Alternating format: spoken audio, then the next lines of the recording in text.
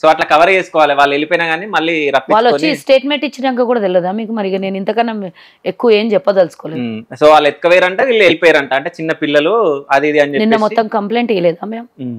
మా ఎమ్మెల్యేని కిడ్నాప్ చేసిన కేసు పెట్టినాం, చూసినరా మీరు? ఈ కేసులో వాళ్ళు ఏమైతుంది ఏం కాకపోయినా ప్రజలకు తెలుస్తుంది కదా ఎట్లాంటి దుర్మార్గులు.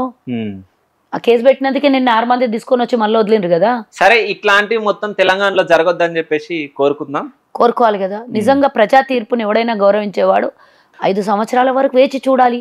నీకు ఎక్కడ తప్పు జరిగిందో దాన్ని సరిదిద్దుకో. నీకు నిజంగానే గెలిచి రేపు మళ్ళీ అధికారం రావాలంటే తప్పుని సరిదిద్దుకో. కానీ ప్రజలు ఇచ్చిన తీర్పుని సవరించుకుంటా అంటే అది తప్పు అంటున్నా నేను. ఇప్పటికీ గతంలో వేరు, ఇప్పుడు చాలా అందరికీ తెలివితేటలు వచ్చినాయి, అందరూ హుషారున్నారు. మీరు ఒక్కలే హుషారు అనుకుంటే యువతలో నీడని చూసి బాయిలో నీడని చూసి నాది ఒక్కొందే కనబడుతుంది అంటే నేను కూడా చూస్తే నాది కూడా కనబడుతుంది. అట్లా అనుకోకు ఇంకా బాయిలో నీడ నాది ఒక్కొందే కనబడుతుంది అని. ఎవరు చూస్తే వాంది కనబడుతుంది, కానీ బాయిలో తొయ్యకుండా చూసుకోండి, ప్రజలు ఆలోచించుకోండి. ఇప్పుడు ఆల్రెడీ 2 ములాఖాత్ అయిపోయినరు. ఇప్పుడు already Zaheerabad B B Patil ticket బీజేపీడే ఇస్తున్నాడు. వాళ్ళు సైలెంట్ బీజేపీ వాళ్ళకు బీఆర్ఎస్ సపోర్ట్ చేస్తుంది. నాగర్ కర్నూలులో కూడా సిట్టింగ్ ఎంపీ బీజేపీలకు పోతున్నాడు, ఆయనకు కూడా ఓటు ఇస్తున్నారు టికెట్.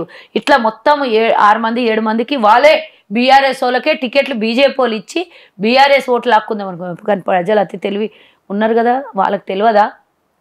మీరు అట్లా టికెట్లు ఇష్యూ చేసినప్పుడు అర్థమైపోతుంది. మీ అంతర్గతంగా ఆల్రెడీ అసెంబ్లీ ఎన్నికల్లోనే ఈ ఒప్పందం.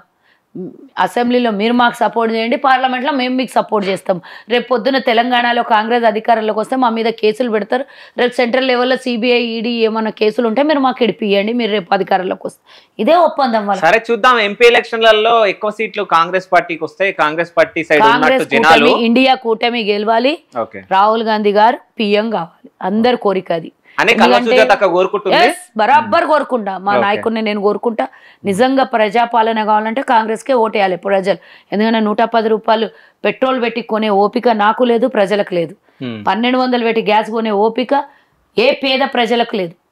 2 కోట్ల ఉద్యోగాలు ఇస్తా అని అబద్ధాలు ఆడి అధికారంలోకి వచ్చినోనికి ఇంకా నమ్మే పరిస్థితుల్లో భారతదేశంలో లేరు. జన్ధన్ ఖాతా 15 లక్షలు వేస్తా అని అకౌంట్లో అబద్ధాలు చెప్పి ఆ అకౌంట్లు 0 అకౌంట్లు తెరిపించి ఇప్పుడు ఇంకో అకౌంట్ తెరుచుకోవాలన్నా కూడా ఈ అకౌంట్ క్లోజ్ చేస్తే కానీ ఇంకో అకౌంట్ ఓపెన్ అవుతలేదు. ఇది కదా మీరు చేసింది దేశంలో. మతాల పేరు మీద, కులాల పేరు మీద చిచ్చులు పెట్టి కొట్టుకొని చచ్చిపోయి హిందువులం మేము, ముస్లింలం మేము, సిక్కులం మేము, ఎవడికి వస్తే వచ్చేది రక్తమే కదా, ఎవరికి కోసినా కూడా. ఏం ఇట్లా కులం పేరుతో చెప్తే అన్నం దొరుకుతుందా? నిజంగానే రాజ్యాంగం ప్రకారం బతకాలి అని అంటే, ప్రజాస్వామ్యంలో బతకాలని రాజ్యాంగానికి విలువిచ్చినోడు ఇట్లాంటి కులాల మతాల పేరు చెప్తాడా? గతంలో ఒకసారి ఇట్లా కులాల మతాల పేర్లు చెప్పుకుంటే మాట్లాడితే వాళ్ళకు శిక్షలు ఉంటుండే, కేసులు అవుతుండే. ఇప్పుడు బహిరంగంగా విచ్చలవిడిగా మాట్లాడేస్తున్నారు. నువ్వెక్కడ నేను తక్కువ అయ్యింది, ఒకని డబ్బు ఉంది ఒకనికి డబ్బు లేదు, 2 గుజరాతీలు వచ్చి 2 గుజరాతీ వాళ్ళకి దోచిపెడుతున్నారు. ఎన్ని రోజులు భరిద్దాం ఇది? ఇంకా భరిద్దామా? మన సౌత్ రాష్ట్రాలకు పూర్తి స్థాయిలో అన్యాయం చేస్తున్నది కేంద్రం, ఇంకా వాళ్ళే కావాలన్నా మనకి? వాళ్ళు పరిపాలించే రాష్ట్రాలకేమో 700% నిధులు జిఎస్టీ డబ్బులు పంపిస్తారు. మన దగ్గర నుంచి తీసుకుపోయిన 100% నుంచి 15% కూడా మనకి ఇయ్యరు. ఎందుకు? మనకు వాళ్ళు కావాలన్నా? మన ఇక్కడున్న పార్లమెంట్ సభ్యులే కేంద్రంలో కూడా మనమే అధికారంలో ఉంటే మన రాష్ట్రానికి విభజన చట్టంలో ఇచ్చినటువంటి మొత్తం అమలు చేసుకుంటాం. ఐటీఐఆర్ ఈ నుంచి గుజరాత్కు తీసుకొని పోయినరు. గిరిజన యూనివర్సిటీ దిక్కు లేదు, పసుపు బోర్డు దిక్కు లేదు, coach factory, railway coach factory దిక్కు లేదు. ఇంకా అదనంగా వేరే ఏమి ఇవ్వలేదు, ఇచ్చిన హామీలే నెరవేర్చలేదు.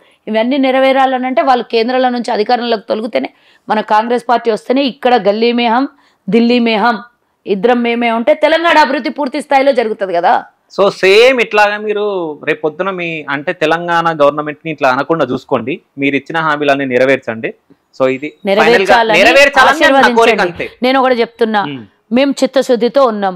మేము దోపిడీ చేయడానికి మాకు అవసరం లేదు, మాకు ఇంకో 10 ఏళ్ళు ఉండాలని ఉన్నది. 5 ఏళ్లతో మేము ప్రభుత్వానికి నేర్చుకోవాలి. కేటీఆర్ కేసీఆర్ లాగా అనడం కాదు, వినడం కూడా నేర్చుకోవాలి. మేము ప్రజలకు ఇచ్చిన హామీలు నెరవేర్చుకోవాలనేది మా చిత్తశుద్ధి. కాబట్టి నిధులు లేకున్నా 2వ తారీఖు 3వ తారీఖు 1వ తారీఖు జీతాలు వేస్తున్నాం.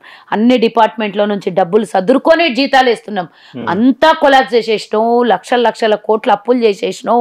2,88,000 కోట్ల రూపాయలు అంతు చిక్కకుండా బడ్జెట్, ఒక్క సంవత్సరం బడ్జెట్ని అంతు చిక్కకుండా లెక్కలు పత్రాలు ఒక అధికారులకు ఇవ్వకుండా కథం పట్టించిండు కేసీఆర్. 5 లక్షల కోట్ల రూపాయలు కోకాపేటు మాదాపూర్ సైడ్ భూముల్ని బినామీల పేర్ల మీద పెట్టిండు. 7 లక్షల కోట్లు రాష్ట్రానికి అప్పు చేసిండు. 85,000 కోట్ల రూపాయలు ఎలక్ట్రిసిటీ డిపార్ట్మెంట్లో అప్పులు చేసిండు. 57,000 కోట్ల రూపాయలు సివిల్ సప్లైలో చేసిండు. నొక్కొని బాలకృష్ణని పట్టుకుంటేనే 10,000 కోట్ల స్కామ్ దొరికింది. ఇట్లా 1, 2, 3 ఇట్లా మళ్ళీ ఇట్లాంటి వాళ్ళు భూమి మీద బతకడానికి కూడా వీలు లేదు అంటున్నా నేను. ఇంత అవినీతి చేసి నువ్వు నేను కష్టపడి ప్రభుత్వం నడవాలని ట్యాక్స్ కడితే పేదోని కడుపు నిండాల్సింది పోయి పెద్దోడు బలిసినోడు కడుపు నిండి ఈరోజు నువ్వు నేను కష్టపడి చెమటోడిచిన పైసా తీసుకొని పోయి నువ్వు ఉద్యోగం చేస్తే నీ ఉద్యోగంలోకి వెళ్ళి రూపాయి జీతం కడుతున్నావు, నేను వ్యాపారం చేస్తే నా వ్యాపారంలోకి వెళ్ళి GST కడుతున్నాను. ఈ డబ్బు తీసుకొని పోయి వాని కొంపలు నింపుకుంటే పేదోనికి పంచాల్సింది, రాష్ట్ర అభివృద్ధికి పంచాల్సిన ధనం ఎవడో తీసుకొని పోయి ఊరేగుతుంటే మనం చూసుకుంటా కూర్చుందామా? ఇది జరగొద్దు. నేను కూడా నా పార్టీకి కూడా నేనేమి నా పార్టీ అనేది గొప్ప నేనేమి చెయ్యను అని చెప్పట్లేదు. మేము కూడా చెయ్యొద్దు, ఎవ్వరు కూడా చెయ్యొద్దు. అది ప్రజల సొమ్ము. మేము సేవకులం మాత్రమే, పాలకులం మాత్రమే, మేము ఓనర్లం కాము. ఎవ్వరు కూడా అధికారం మాది, మేము ఓనర్లం అనుకుంటే ఒకనాడు ఆడెవడో స్టోరీలు వింటాం కదా, రాజులది స్టోరీలు వింటాం కదా, నేనే అంత అన్నోడు నీ అంతని ఆనాటి ప్రజలు ఎట్లా చేసిండ్రో మళ్ళీ నీ అంత వ్యవహారం చేస్తే ఎవరికైనా అదే గతి పడుతుంది. నువ్వు నేను ఎవరు కాదు. కాబట్టి ఆచి తూచి అడుగులు వేయాలి. ప్రజలు ఇచ్చిన ఆశీర్వాదాన్ని మనం నెరవేర్చాలి. అయితేనే మళ్ళీ ఒకసారి అవకాశం ఇస్తారు, లేకపోతే ప్రజలు మాకు కూడా చేయగొడతారు కదా. కాబట్టి మేము ఎలాంటి అవకాశం ప్రజలతోనే అనిపించుకునే అవకాశం తెచ్చుకోవద్దు. ప్రజల ఆశీర్వాదమే పెరగాలి అనుకుంటున్నాం మేము. ఈరోజు 500 గ్యాస్ ఇవ్వడం మాకు డబ్బు ఉందా? ప్రభుత్వంలో ధనం ఉందా? 200 యూనిట్లు కరెంట్ ఇవ్వడానికి డబ్బు ఉందా? చాలా గ్రామాలలో అందుకే చెప్పిండు రేవంత్ రెడ్డి గారు ఓపెన్ స్టేట్మెంట్ ఇచ్చిండు. ఎవడెవడైతే ఎక్కడెక్కడైతే కేసీఆర్ మనుషులు ఏజెంట్లు పనిచేస్తుండ్రో ఆడ కరెంటు పీకేస్తే ఎవ్వరు కూరుకోము, మేము సస్పెండ్ చేస్తాము, మేము ఉద్యోగాల నుంచి పీకేస్తాము, జాగ్రత్త అని చెప్పారు. కరెంటు ప్రభుత్వం తీస్తలేదు. ఎవడో దిక్కుమాలినోడు ఎవడో వేషాలేసి తీస్తే మేము దానికి బాధ్యులం కాము. అది కూడా వార్నింగ్ ఇచ్చినాం. చేస్తే మాత్రం ఊరుకునే లేదు, అధికారుల మీద యాక్షన్ తీసుకోబడుతుంది అని చెప్పినాం. కరెంట్ లేదని ఇప్పుడు నేను ఇక్కడ కూర్చొని మాట్లాడడం, కరెంట్ లేదని నిన్న మా ఇంట్లో కరెంటే లేదు. అది మీ ఏరియా ప్రాబ్లం ఏమో, ఏరియా ప్రాబ్లం ఉండి ఉంటది. నేనేం చేయాలి దానికి? ఏరియా ప్రాబ్లం ఏది ప్రాబ్లం ఉన్నా కూడా ముఖ్యమంత్రి మీద, ప్రభుత్వం మీద, పార్టీ మీద దోషేస్తారా?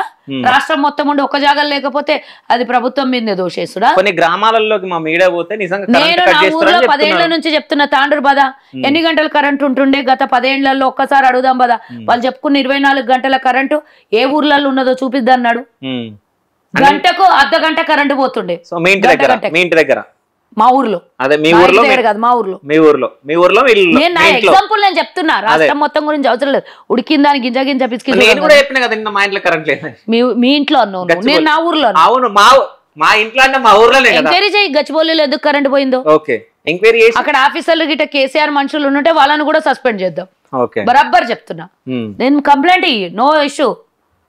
మేము ప్రజల కోసమే పనిచేస్తాం. ప్రజల మాటనే మా శిరోధారం, అంతే. వేరే ఏ క్వశ్చనే లేదు దీనికి. సరే, కాంగ్రెస్ పార్టీ హామీలని నెరవేర్చుకుంటే మాత్రం మీ మీద ఎప్పటికీ ప్రశ్నల వర్షాలు అయితే. మీ అభిమానం పెరగాలి, ప్రజల ఆశీర్వాదం పెరగాలి. మాకు కావాల్సింది అది. మా అభిమానం పెరగాలంటే మీరు అన్ని జనాలకు నేను అదే చెప్తున్నా. మేము చేస్తేనే కదా మీరు అభిమానించేది, ప్రజలు ఆశీర్వదించేది. ఓకే. సో మీరు ఇచ్చిన హామీలలో కూడా అన్ని కట్ చేస్తున్నారు. ఇప్పుడు గ్యాస్ కూడా ఒక ఇంట్లో ఒక గ్యాస్ ఒక నెల వస్తుంది, అవునా? సో మీరు సంవత్సరానికి 8 గ్యాస్లు ఇవ్వాలనుకుంటున్నారు. ఇట్లాంటి మాటలు వాడు ఎవడో చెప్పిన మాటలు నువ్వు మాట్లాడకు. నిన్న బట్టి విక్రమార్క గారు క్లియర్ గా సెక్రటేరియట్ లో క్లియర్ గా చెప్పిండ్రు.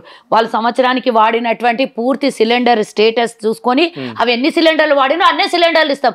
ఇప్పుడు నేను 500కు వస్తున్నది అని చెప్పేసి పాపం 10 సిలిండర్ వాడికి ఇస్తే ఇంకొకటి అన్యాయం కాడా? వాళ్ళు తీసుకుపోయి పేదోడు కదా, లేకపోతే అవసరం లేనోడు బ్లాక్ లో అమ్ముకుంటే ఆ అవకాశాన్ని అరికట్టొద్దా మనం?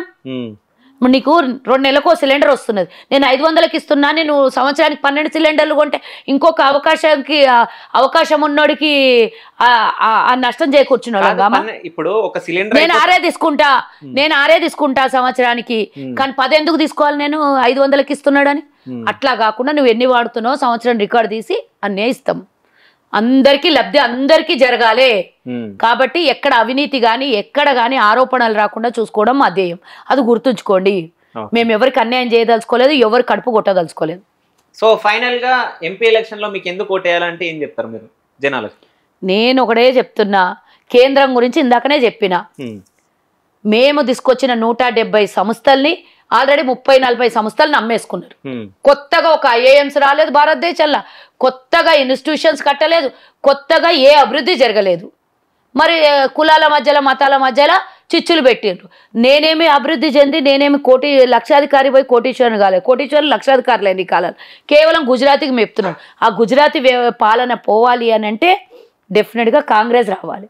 కాంగ్రెస్ పేద బలహీన బడుగు వర్గాల ప్రజల ప్రభుత్వం కాబట్టి వీళ్ళు కేవలం బల్సునోనికే ప్రభుత్వం, పేదోనికి కాదు. కాబట్టి పేదోలకు ప్రభుత్వం ఉండాలి అంటే ఎప్పుడెప్పుడు భారతదేశంలో కష్టాలు వస్తాయో అప్పుడు కాంగ్రెస్ కావాలి డెఫినెట్గా. ఇప్పుడు కష్టాలు ఉన్నాయి మనకు కాబట్టి డెఫినెట్గా కాంగ్రెసే కావాలి భారతదేశంలో. సో కాంగ్రెస్ రాహుల్ గాంధీ గారు ప్రధాని కావాలి. ఓకే, రాహుల్ గాంధీ గారు ప్రధాని కావాలని చెప్పేసి కల్వ సుజాత గారు కోరుకుంటున్నారు. సో ఆమె అనుకున్నట్టు కావాలని చెప్పేసి మనం కూడా కోరుకుందాం. థ్యాంక్ యూ అక్క, థ్యాంక్ యూ సో మచ్. మనమందరం అనుకుందాం అని చెప్పు. Okay, thank you so much.